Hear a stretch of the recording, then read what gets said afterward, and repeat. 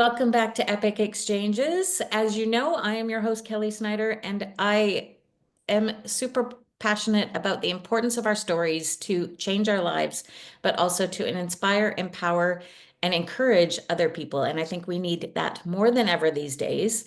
And which is why I am very thrilled to welcome my guest, Pearl, today.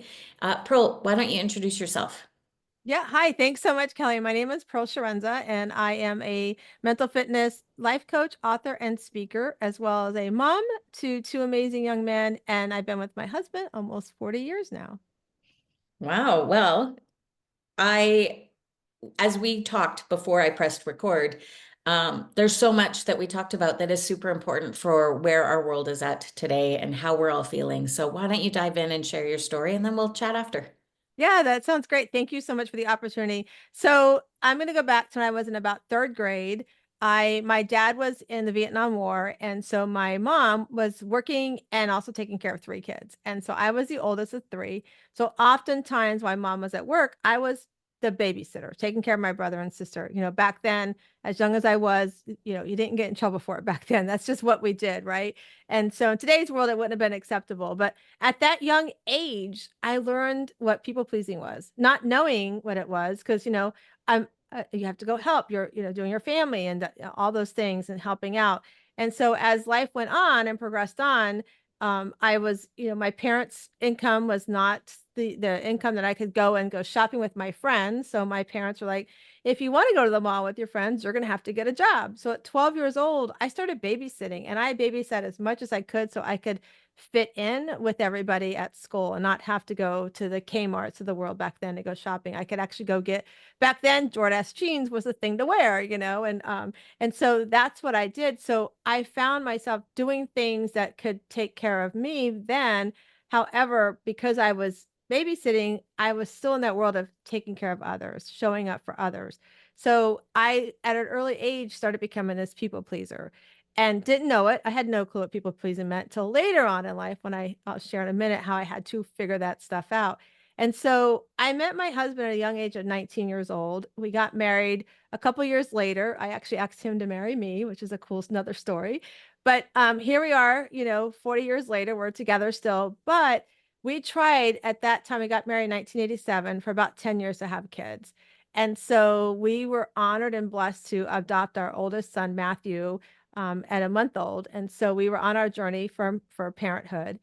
And I grew up where, my granny took care of everything and everybody. And then my mom did it while working. And so I was still in that mindset that I had to do for everybody. And that as a mom, I had to put myself on the shelf. And so as the kids got older, a couple years later, we had our son Nate. I was still wearing those titles, the mom. I was volunteering at the PTA. Plus, I was working full time still as a mortgage broker. So I was kept this busy lifestyle. But Pearl was never in front. I was always doing for others. How can I volunteer? How can I be there for my kids? How can I be there for my husband? And so it wasn't until 2015 I'd been become a health coach. I was on this journey. I lost over 60 pounds. And I had a few of my clients would say, "Hey, Pearl, would you talk to my friend? Because, you don't get on me when I eat something off a plan. You ask me, what was the emotion behind it? Why did I have that cupcake? What drew me to that piece of pie? Whatever that was, that wasn't part of the structure for the program we were teaching." And so I was like, "Okay, I'll go meet your friend." So after many cups of tea, because I'm not a coffee girl, I started going, "This is crazy because I'm giving my time away. Maybe God's telling me I should do something." And so I went on this journey to become a life coach. So in the middle of this journey and getting my certification, and everything, I came upon this course called Identity and Destiny. I thought, wow, this is a great course because you have to give your I am statement at the end of 6 weeks. So I was like, I'm going to take this course. Now, mind you, I didn't like my name growing up. My maiden name was Nap. I was short. So I was called Pearl, Mini Pearl, Pearl Go Take a Nap, every Pearl Harbor, everything you could think of. I'd come home and cry, "Mom, can I please change my name?" And she's like, "No, you can't change your name." So here in the middle of this identity and destiny course, at the end of 6 weeks, we have to give our I am statement. So I sit across from my friend and I give my I am statement. And she says, "I still hear that you're a mom. I still hear you're a wife. I still hear all these things. And by the way, I hear you talk a lot about your son, Matt. What about your son, Nate? It was like a brick hit me in my face. And I was like, what have I been doing for 6 weeks? Like, seriously, she's right. So that was 2015. Our oldest was heading off to college, Matthew. And so I dropped him off to school and I made a commitment that I'd figure out what I wanted, who I was. I need to figure out who Pearl was. If I was going to go do this life coaching thing and help other people, I better learn this too. So I came home and I reconnect with my son, Nate. Nate's like me. He's an introvert in a lot of ways, but he can do anything he wants to do. He built computers, so he was very independent. So I kind of took advantage of that. So worked on that relationship and decided I needed to reflect on who I was. And I realized I was such a people pleaser. You could ask me to do anything and everything, and I would have said yes. It didn't matter if it was going to keep me up late at night. It didn't matter if it was organizing your socks in your drawer. I probably would have said yes. So I was out walking one day, going to a network meeting, and I saw this rock on the ground. I don't know why, but it looked pretty. I picked up, threw it in my pocket. Off to the meeting I go. When I got there near the end of the meeting, I had a friend say, "Hey, I'm going to do this fundraiser around dogs and cats." And I was like, and she's like, "You're so great at helping fundraise. Would you help us?" And I looked at her, and my hand happened to go across my pocket where this rock was. And the people pleaser me would have been like, yes, right away, because, as a people pleaser, we think, oh, they're going to think I don't like them. I'm selfish. I don't care, all those thoughts. But my hand hit that rock and right away I went, no. And it was like so fast. I was like, it even caught me off guard. And she's like, huh? I'm like, oh, no, no, I'm sorry. Listen, I think animals are great. I love my cats and dogs at home, but I can't help fundraise for animals. I'm sorry. It's not good for me right now. And I walked out of there. I felt a little guilty. I felt a little odd, but I thought, I didn't die. It didn't kill me. I'm okay. I'm still breathing. So that night when I went home, I was journaling and I made a commitment to myself that I was going to take this rock and I was going to move that rock 3 times a day to say no to something, someone, or anything I had to before I went to bed at night. So if I came home at night and I had not done that, I was either going to text, call, or email somebody and tell them no to something they had asked me to do. And as I did that, what was happening is I found myself becoming stronger and be able to say the word no. I felt like it didn't hurt me, that I was saying no as happy as I say yes. And I found I could say no with a smile on my face. I was like, oh, this isn't so bad. So I kind of was like really embracing that. And then a few weeks later, after probably like 30 days, I was like, I'm sleeping really good at night lately. I wonder why. Well, I wasn't stressed out over, oh my gosh, I forgot to call so and so. I didn't do that email. I didn't finish that project. So I was happier. I wasn't like losing sleep because of not making other people happy. And then the cool thing is, I always wanted to write books. I always wanted to speak or share about this, journey that I've been on because I was realizing, especially for women, I wasn't alone in this feeling of I got to take care of others all the time. And so I became empowered to start writing books. I started writing in books about my story. I started writing and speaking on stage. And my son Matthew was seeing that too. And so, as I said, Matthew was adopted. So he started going, "Hey, Mom, we should talk about writing books together about raising children of a different culture." So that conversation was coming up. And so as I became empowered to do these things and have these conversations, I started like going into rooms and groups and speaking on stages and people were like, what's different with you, Pearl? Like, did you cut your hair? Like, have you lost weight? Like you got this, I had this radiant glow up. And so I became to command a room and be radiant about who I was. I wasn't worried about who I was going to disappoint when I walked in a room anymore. And then the really cool thing is, all growing up, I wanted to be a teacher. I wanted to be an elementary school teacher. I wanted to teach others and just pour into kids. I never took that route, but here I was in this original self of who I wanted to be. And I was actually teaching women how my story can change their lives. And so out of that, I became not only a coach, but now we just held our 8th annual pajama retreat. We have a soulful self-care PJ retreat where you show up with no makeup.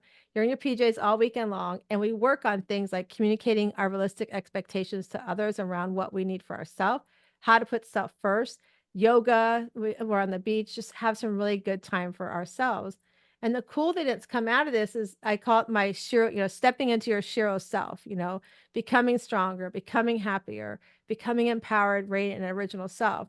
And out of that, you know, I created what was called is called the Shiro League. And so the Shiro League was created during COVID because Kelly, I saw many women having to become like the teacher at home when they send their kids to school. I'm home all day with my kids. I'm home all day with my partner. I called it, they were having Calgon take me away moments, but they couldn't leave. And I was like, we got to do something. So we started this 30-day self-care challenge where every day for 30 days you did something, and every Sunday we'd get together and talk about the week. And so that created the Shiro League. In creating the Shiro League and going on this journey to find myself, I never knew how much 2015 was going to prepare me for 2022. In July of 2022, we lost our son Matthew in a tragic car accident. I talked to him 20 minutes before he passed. He had butt dialed us. Unfortunately, Matt made a wrong choice to drink and drive. He was by himself, thank goodness, but that choice led him to no longer being here with us. And then we didn't get the knock at the door. We didn't have the police officers come to our door and tell us that our son passed. Like I said, talked to him 20 minutes before he passed. I felt something in my soul that something had happened to him. And the next morning, we actually found out on the news that our son had passed. They had said this Brandon man passed in a single car accident. They didn't know his name, didn't have his name or anything. And I pulled that up, and that led to so many other things that, in our society, as I said, Matt was mixed race. We educate him on being aware of his race and who he's around. And unfortunately for Matthew, in our circle of friends and everything, they help us, realize that even when he passed, because he had a previous DUI record that he cleaned up a year or two prior, and because he had done this, and we really believe, and in our circle and our prayerful is that they made a choice when they looked at who he was and didn't do the right thing to come to our doorstep. So that Shiro League, those women that I created this league for, they actually poured into me. Like, they showed up for me. They showed me that we can create things for others, but sometimes it's not, as I said, our story, our journey of people pleasing, how it created this for these women, but how much it was going to come full circle and pour into me. And it made me sit back and realize how important it was to continue this journey, because anybody who's listening that's lost a child, it's the worst loss in the world. I mean, I just can't ever describe it. It's not a club I want anybody to join me in. However, I needed to realize I got to live my life still. And I knew I needed to, especially not only for Nate, my younger son, but because 2 days before I passed, I was sharing with Kelly before we came on that Matt was in the garage and him and my husband had a business together. And he's like, "Hey, Mom, can you throw me a bottle of water?" I chucked that bottle of water across the garage. He's like, "Man, not only have you figured out who the heck you are, you've also got an arm finally." And the funny thing is he'd never recognized that I had stepped into putting myself first. When I went on this journey, people say, "Well, how do you tell your kids and your husband and everybody around you that you have to put self first?" Well, we have to communicate our realistic expectations to them. So when I went on this journey, I sat my family down and I said, "Listen, I've done for you guys for so long. And if I don't do for me, I'm not going to be happy. And so I'm going to start doing things like taking a staycation. I'm going to go in my room and maybe sit in a tub or read. So unless the house is burning down, your dad can take you to the doctors. Your dad can do whatever needs to be done." And my husband is great about doing that stuff anyways, but I need to take care of myself first. Because at the end of the day, Kelly, what I realized, and Matthew, really brought that to the forefront. I knew it, but having that happen to me with the loss of our son, we're not promised tomorrow. And if tomorrow comes and all our family and friends, if you think about your top 5 family, closest family and friends, all they could say is what they saw you do for self. Not like me at the beginning where all the titles we wear.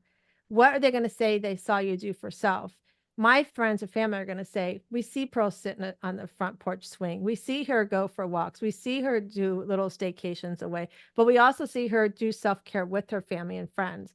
So I'm not wearing titles anymore. I still do my titles for my community, especially, now with everything happening in the world, even more the women that are coming to me, they're like, I've had women come back to me and say, with what's happening in our world right now here in the US, I need to get back to myself because all the outside noise is taking me away from my self-care.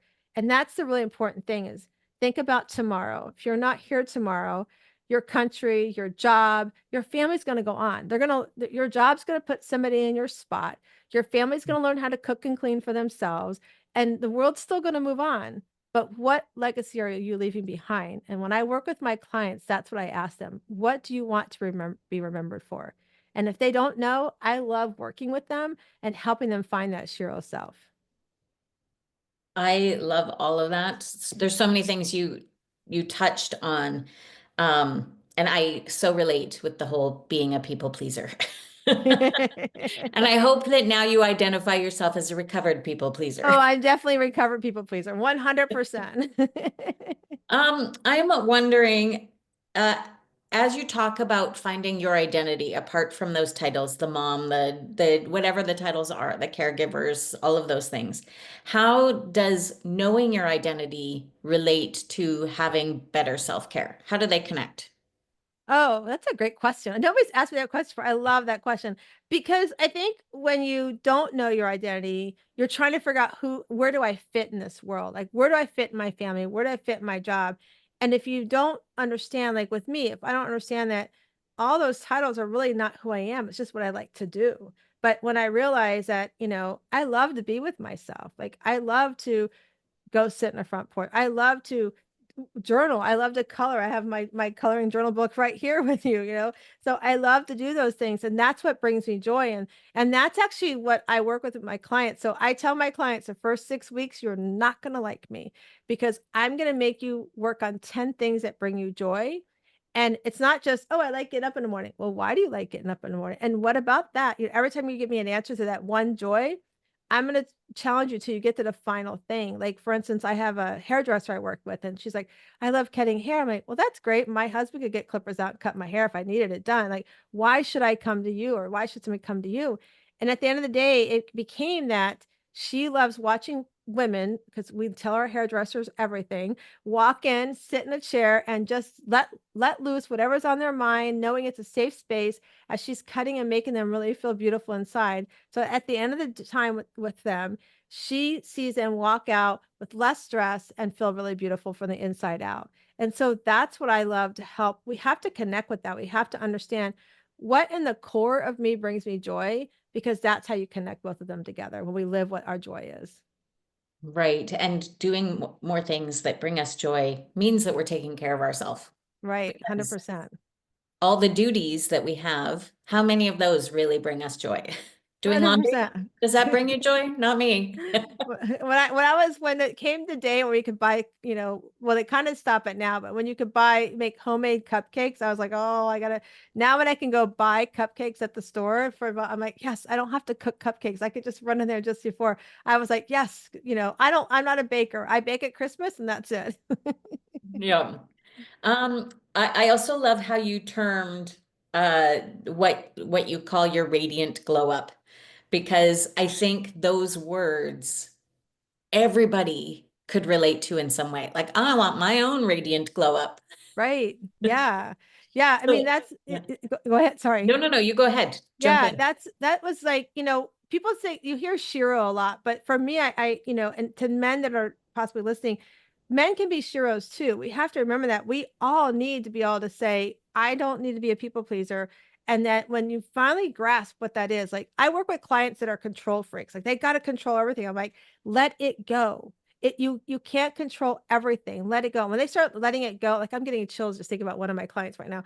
When they start shining. Like it's something about like this light that comes out that you've kind of turned off inside. All of a sudden it's like, I got a new step in my world, and I can say no, and I can let them do that. I don't have to control how the project turns out. So it's a beautiful thing that happens. You brought up the word Shiro again, and I think most people would go, "Oh, it's a female hero," or Right. they finding that in your own self as a woman. But how would you define it? Is there a Definitely. different definition? Yeah, it's exactly how I described it. Like it's becoming stronger in an area of your life that you're weak in, whether it's self-care, whether it's control, whether you're a stickler, whether you're a people pleaser like me. It's like when you finally say, I need to release that stuff, you start seeing that I don't have to have that stuff. I can be stronger in putting myself first. And so when that happens, then you're not waking up in the middle of the night. I mean, how many times, if you're listening, can you say, I woke up in the middle of the night thinking, I forgot to email somebody, I forgot to call somebody. When you start releasing that, become stronger in that thing that you want to work on, you become happier. You're not stressed out. It's like, I have one of the things, part of my story too, is how I've divorced my parents. Their behavior and their actions that they've done to me and my family, it was not good for me. So I became happier going, you know what, that's their stuff, not my stuff. I don't have to hold on to the worry about their behaviors, right? And so then you become empowered to do things like, Matthew wanted to do this book, and I was like, what a great book. It was important that families who are adopting children or are an adoptee of a different culture to understand that they have challenges that they deal with, being bullied by their peers for having white parents or whatever nationality they are. So we're actually doing that book in his honor. We're moving forward with the book. I've got some things from that he had written down. So becoming empowered to no longer be controlled by those things. And there's things you can do, like maybe I have a client right now, she's going to become a coach because what she's been through. I'm like, you would make a great coach for, especially for virtual assistants who struggle with keeping their clients in line. And then as that happens, you have that radiant glow up because like we just said, like that light bulb finally goes off and you're like, man, this feels really good. I don't have to worry about this. If tomorrow I'm not here, I feel good about where I am in my life. And then that original is just like if you look back, I believe that in our DNA, when we come into this world, it's our life is already predetermined. It's how we get to the end game is up to us. We can try to fight it and go, I'm gonna go try it this way, but you end up back doing it the way you're supposed to do it. So I believe you come in this world, it's already determined. Like with me, I wanted to be a teacher, but I'm not a teacher in this school realm as I am teaching women today, what I'm talking to you about, right? So we have that journey, whether you want to be the president of the United States or you want to be an astronaut, it's there. It's how you get there, what you let yourself be held back by. I always tell everybody, if you're scared, good. I'm glad you're scared because everybody has a story. Everybody's story needs to be heard. And if it's scaring you, walk through it because when you come out the other side of the fear, you're going to be so much stronger and you're going to teach somebody your story. And it becomes very powerful. And that's why I said men are sheroes too. I've met many men that are amazing sheroes. And I try to always preface it. It's not about a female. It's about being stronger, being happier, being empowered, radiant, and that original self in your life, no matter who you are. And our little kids, like our littles can be sheroes too. It's fun when I work with parents of little ones. I'm like, how are you talking to them? What are you saying to them? How are you empowering them? And we work on that too. I want to go back for a second to the whole people pleasing thing because, and I'm speaking from my own experience here. I love to see the transformation in people as they discover their story, they discover the positive traits that have come out of living their story and what they have to offer, how they inspire other people and stuff, because it transforms them. Yes. And I can get so caught up in that I also forget to take care of myself. So there's a fine line between the people pleasing and still doing the things that bring us joy, but taking care of ourselves. So are there any warning signs or tips you would give people around something like that? Yeah, I would say if you find like that you're giving too much of your time to something all of a sudden, step back and be like, "Oh, am I spending too much on this thing or that person than where I my goals are?" Right? I'll give you an example. Like right now, we have a family member who reached out to us back in August going through some stuff. She reached out for help and we're like, "Okay, we'll help you." We had stipulations. She's doing all the stipulations and then something has changed that she might need some help with in some other areas. And I found myself, this is like 3 weeks ago. So people pleasing still creeps up for me. I found myself spending a lot of time to help her get her answers instead of being like, no, you can go do this. This is how you can do it. She's an older adult, but her whole life, she really has a mindset of like a 20-year-old, right? So I'm like, no, what would I tell my kid if they were here? I would say, you need to go figure this out, right? Because I was finding myself. So if you're finding yourself giving so much time to something or someone and not yourself, that to me, that's a big flag right then. It's like, no, when was the last time I sat and did my meditation? When was the last time I sat and did my journaling? I have a friend who is in Toronto, Canada. She taught me to meditate with no noise, my complete silence of my mind. And I would have never thought I could do that. And she will be the first one. She'll see me on social media. She goes, "You haven't meditated lately." Having an accountability partner too is really important. Great tips. So I'm just checking my notes to see if there's anything else I wanted to ask you. How would you say someone start?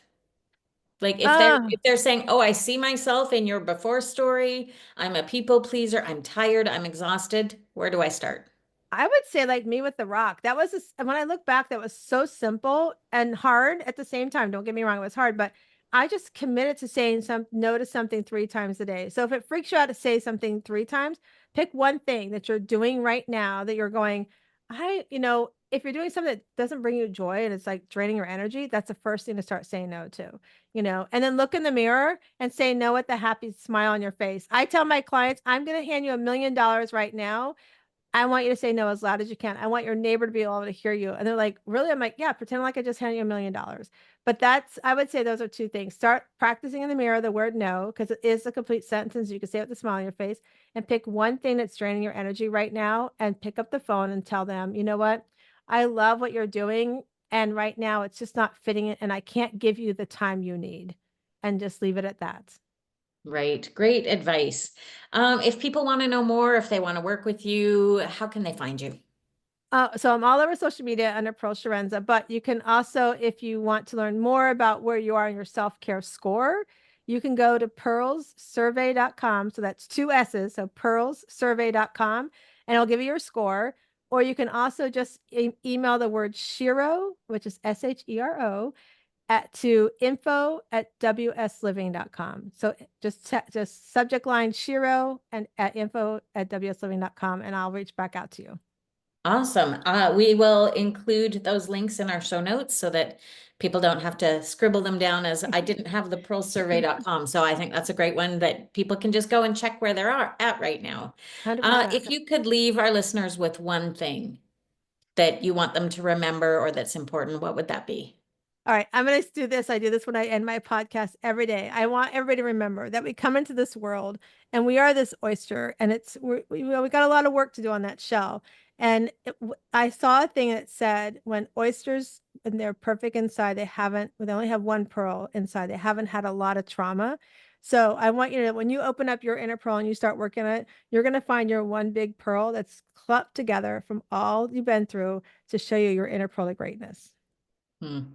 That's beautiful. Thank you. Thank you so much, Pearl, for being here and sharing your story and for all of our conversation, not just what we've recorded. Thank you. It was a blast. I enjoyed this.